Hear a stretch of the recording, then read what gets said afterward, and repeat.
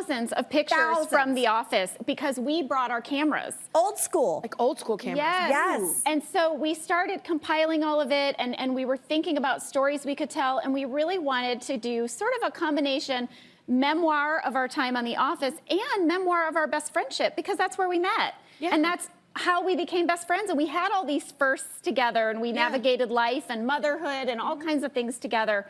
So we put it all in the book, and I think there's something like 400 of our personal photos in there. That is so cool and such great, like, in you know, behind the scenes for fans, you know? Yes. Yeah. It's such a cool thing that you did. I'm so bad at taking pictures. We celebrated my son's birthday last night. I think I took one picture. Like, Kelly, call us. I will come over. I'm not good at it. I'm not like a picture taker, like of myself or anyone. I'm just like, I guess, in the moment. But it's nice to live in the moment. But then I'm always sad because I'm like, oh yeah, what was that like? And then I have no pictures. Well, you know what I do right out of the gate? I say, everyone, we're getting a picture right now. Okay. And then we get it, and then we have fun. Well, especially because everyone looks good in the beginning. That's right. That's exactly right. And the night wears off. Yeah.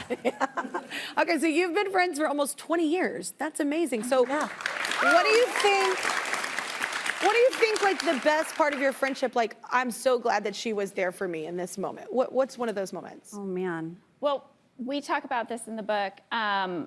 When I was in New York once with Angela, we were doing press for NBC for The Office.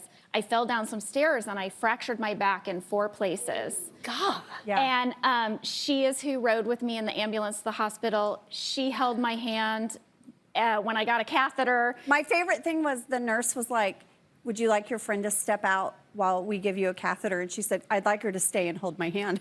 Oh my God, that's exactly what I said in my head. I was like, don't leave me. No. Someone's about to do something to me. Stay right here. Yeah, but she advocated for me with the doctors. You know, my family wasn't there, and she slept in a chair in my hospital room. And that's uncomfortable. I've had to do that. That's friendship. That's love. Yeah. That's Love, yeah. Yeah.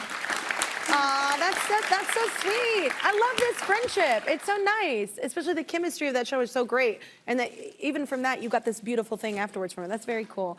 We need another break, but everybody, you got to get this. Jenna and Angela's book is called The Office, BFFs, Tales of the Office from Two Best Friends Who Were There, and it's out now. JoJo Siwa is here next, everybody. We'll be right back.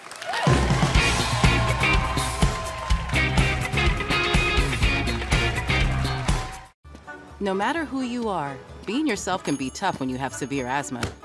Triggers can pop up out of nowhere, causing inflammation that can lead to asthma attacks. But no matter what type of severe asthma you have, Tespire can help. Tespire is a new add-on treatment for people 12 and over that proactively reduces inflammation, which means you could have fewer attacks, breathe better, and relieve your asthma symptoms. So you can be you, whoever you are. Tespire is not a rescue medication. Don't take Tespire if you're allergic to it. Allergic reactions like rash or an eye allergy can happen. Don't stop your asthma treatments unless your doctor tells you to. Tell your doctor if you have a parasitic infection or your asthma worsens. Sore throat, joint, and back pain may occur. Avoid live vaccines. By helping control your asthma, Tespire can help you be you. No matter who you are, ask your asthma specialist about Tespire today. The next sale is a digital treasure.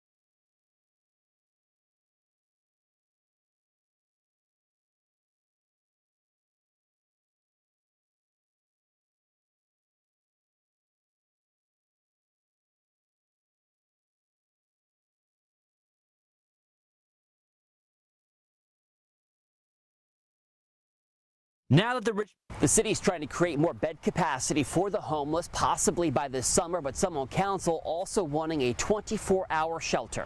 It's a snapshot in time, but shows Richmond's homeless problem is only getting worse. 740 considered homeless and out on the streets, reaching levels not seen since the 2008 economic recession. There are tent cities all throughout this city, and there are people, families, households that are living in cars parked at Walmart, that are living in tents, and that's not okay. That's not okay. The pandemic created economic uncertainty for a city already facing a 19% poverty rate. Now hundreds of families in public housing are facing eviction. 700 on RHHA's at-risk list, with 300 being put out this summer. Homelessness is an issue as long as we have an affordable housing crisis, a mental health crisis, all the other symptoms in our society that are not being addressed that lead to individuals finding themselves unstably housed.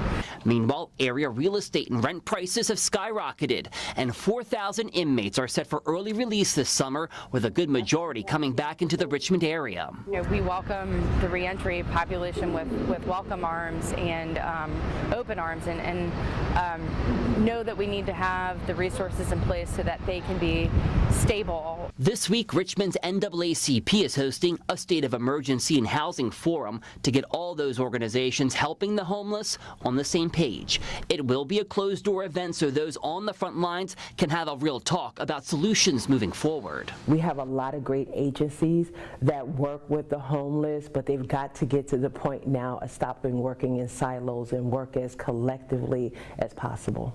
About $1 million right now sits in a family crisis fund. Those are direct cash payments for struggling families here in Richmond. A year after it was announced, not a single dollar has gone out, but Stephanie Lynch does tell me the city is still working on a process to make sure that money does get to families here in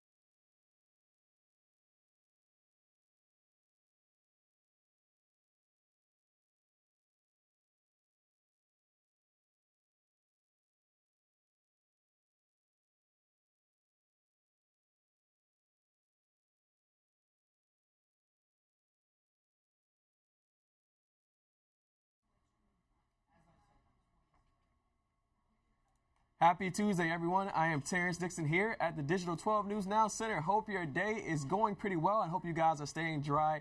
Today is a wet and rainy one, so make sure you keep that umbrella and raincoat handy because it's going to be a wet day today and towards the rest of the week. So before we go to get started, I need for you guys who are streaming from my Facebook platform to do me a favor, head to the comments section and let me know where you guys are checking in from. As you know, if you're a returning viewer, you know I like to say we all are one big family here, so I like for you guys to interact with each other, and I like to interact with you guys as well. So do me a favor, for those who are streaming from my Facebook platform, to head to the comments section and let me know where you guys are checking in from. Also, did you guys know that today is National Brothers Day? So if you have a brother, give them a hug, give them an umbrella, or maybe give them a rain jacket because it's going to be raining the rest of the week. So if you have a brother today, give them a hug and say happy National Brothers Day. Also, if you do have a brother, or maybe you're twins, let's see if you're any twins out there, triplets, you know, all those type of dudes, those cool type of things. I like to call them unique. We're not going to say, you know, I don't say, yeah, we say the word unique. So if you're a twin out there, do me a favor, drop a comment in the comment section because I think like twins and triplets are like the coolest thing ever. So if you have any brothers out there or you're a twin or triplet, do me a favor, head to the comments and let me know where you guys are checking in from. And also if you have a brother as well, so drop the what emoji is that? I can't think of the emoji. It was like two people, like the brothers emoji. Y'all know what I'm talking about. But all right, guys, so while you guys are doing that, we're going to take a look at the weather for today. As you can see right now in Prince George, it is currently 63 degrees. In Goochland, it's 60. In Hopewell, it is 62 degrees. So as you can see today, it is kind of a cool, wet, rainy day. It's going to be drizzly and spotty light rain throughout this afternoon. And then the rest of the week is going to be, you know, a good percentage chance of rain. So I'm actually going to take you to my computer here in the newsroom so you guys can see the 7-day forecast. As you can see right here, today is 100% rain at 61 degrees. Tomorrow, 80% chance of rain with drizzle at 62 degrees. And then Thursday and Friday, you have a 20% and 70% chance of rain. And you see on Friday, there's going to be a late day of storms. And then on Saturday, it looks like things are taking a turn for the better. You know, you can enjoy the weekend at 20% chance of rain and then 10% chance on Sunday. And then on Memorial Day, we have no rain here. It looks like it's going to be a perfect day at 85 degrees. So we're going to go ahead and hop back to our Facebook platform really quick, give a couple shout outs to those who checked in today. So let's see who we got here. Clarence, thanks for checking in, man. You're always here. Thanks for returning. Scott, thanks for checking in. Virginia, thanks for checking in. Hope you're doing well. Jean, thanks for checking in. Tamia, Carolyn, Allison, Scott, you said, I have a brother from another mother. That's funny. Clarence, you have two brothers. Well, again, today is National Brothers Day. So if you have a brother, give them a hug and say, I love you. So we're going to go ahead and get started with our headlines today. And we're going to start in Richmond. See if we can switch video here. We're going to start in Richmond. As you know, the Coliseum, there's been a lot of back and forth with the Richmond Coliseum. But it seems like that City Council are taking the next steps in the right direction in redeveloping the Coliseum and the land it sits on. The city will now turn that property over to the Economic Development Authority. Our John Hood sat in on that vote and breaks down what this means for Richmond. Now that the Richmond Coliseum is under the ownership of the city's EDA, it's in the authorities' hands for how soon the 50-year-old arena comes down and the area redeveloped. Economic Development Authority will move forward with RFPs and soliciting bids and those kinds of things and working through a development agreement to get that site redeveloped. According to the agreement, over the next 6 months, the EDA will need to begin a search to find a developer for the property. The EDA has a 2-year window to get this done, and so I'm sure they're busy tonight. Once sold, the new owner will need to demolish the arena within 1 year. After demolition, the city would like to see the area redeveloped in the next 3.5 years with a future that coincides with the city's new city center plan that includes a mix of homes and businesses. We're hoping that we'll get a nice hotel out of it to support the convention center, which is something we've been wanting to do for years. According to the agreement, if the authority is unable to find a new owner in 2 years, the property will be returned back to the city. But it's a task City Council has shown its full support that can be done. This is a very positive move, and it sends the right message to the development community that this land is ready for development, and we expect and hope that we're going to get some nice opportunities to move forward with this development. All right, John, thank you for that. Now we're gonna move on to our second story of the day, and we're gonna continue in Richmond, as it seems like the numbers show that the rate of families in our area are being forced onto the streets is hitting 2008 levels when the economy went south. Richmond's homeless situation is worsening, especially with evictions and anticipated release of thousands of inmates. So we're going to pass it along to our Richmond reporter, Henry Graff, as he has more details on what's being done to address these concerns. The city's trying to create more bed capacity for the homeless, possibly by this summer, but some on council also wanting a 24-hour shelter. It's a snapshot in time, but shows Richmond's homeless problem is only getting worse. 740 considered homeless and out on the streets, reaching levels not seen since the 2008 economic recession. There are tent cities all throughout this city, and there are people, families, households that are living in cars parked at Walmart, that are living in tents. And that's not okay. That's not okay. The pandemic created economic uncertainty for a city already facing a 19% poverty rate. Now hundreds of families in public housing are facing eviction. 700 on RHHA's at-risk list, with 300 being put out this summer. Homelessness is an issue as long as we have an affordable housing crisis, a mental health crisis, all the other symptoms in our society that are not being addressed that lead to individuals finding themselves unstably housed.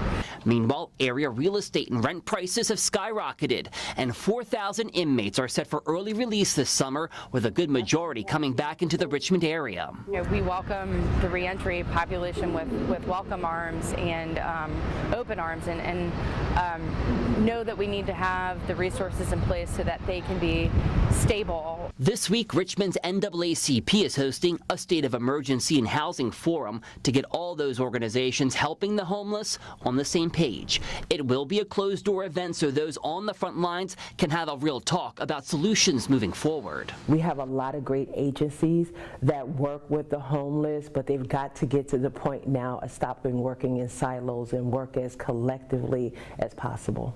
About $1 million right now sits in a family crisis fund. Those are direct cash payments for struggling families here in Richmond.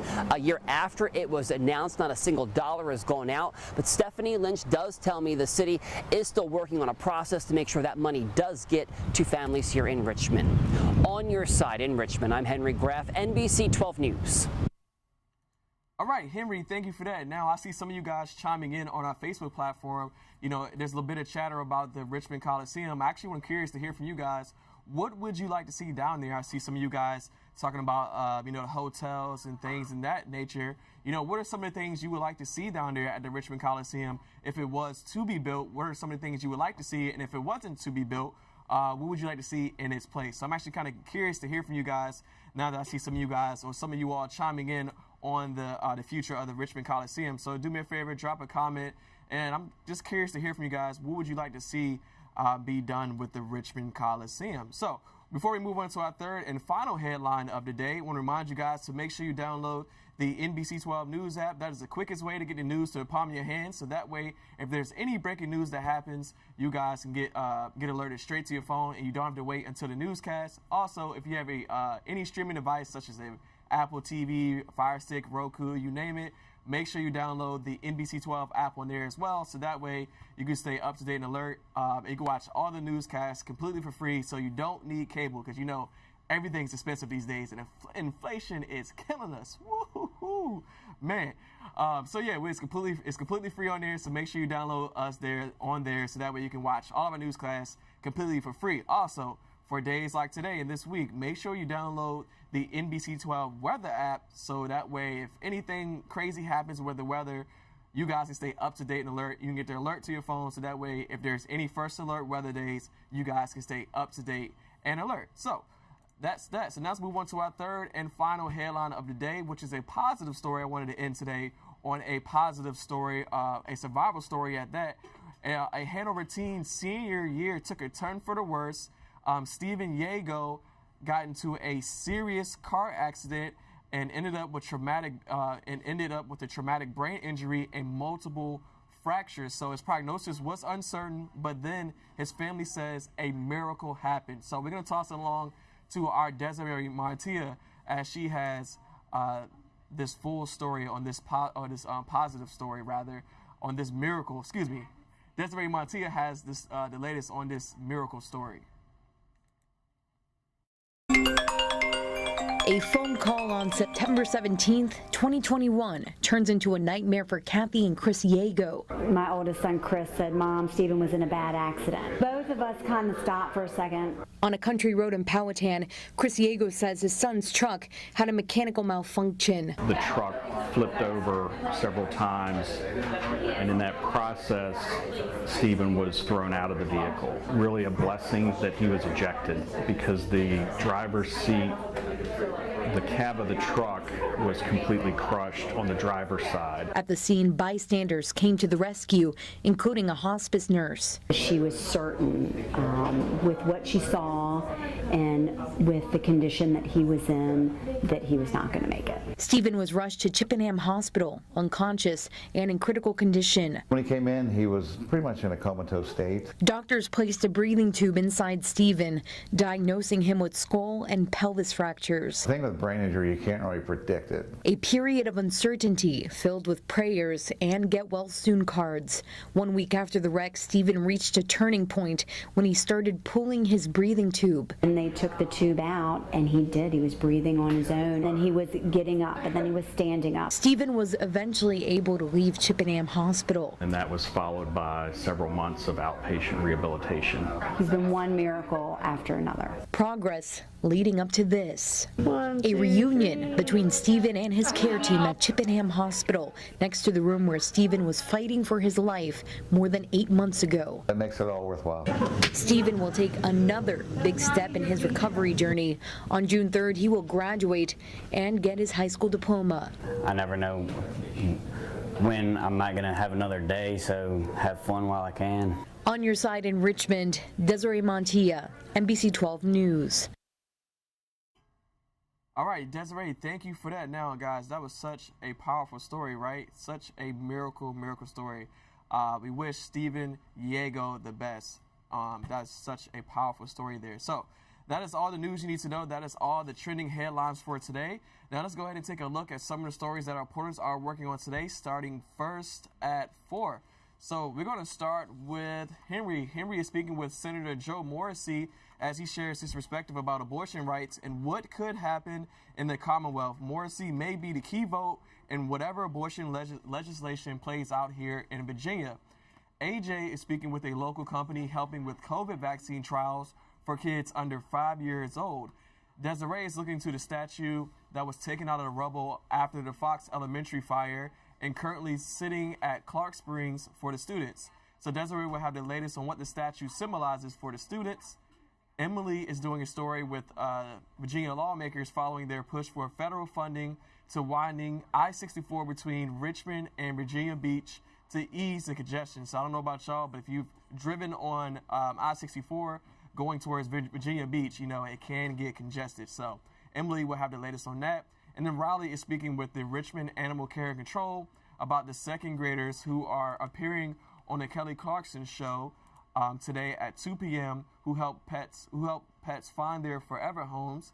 And then that is it. So that's all the stories our reporters are working on today, starting first at 4. So again, make sure you guys download the NBC 12 News app on any of your streaming devices. So that way, if you don't have cable, you can stream all of our newscasts completely for free. So I want to thank you to everyone who chimed in today on all of our on our Facebook platform. Thank you for chiming in today and dropping a comment. Also, thank you to those who are streaming on all of our streaming platforms. Thank you for watching today.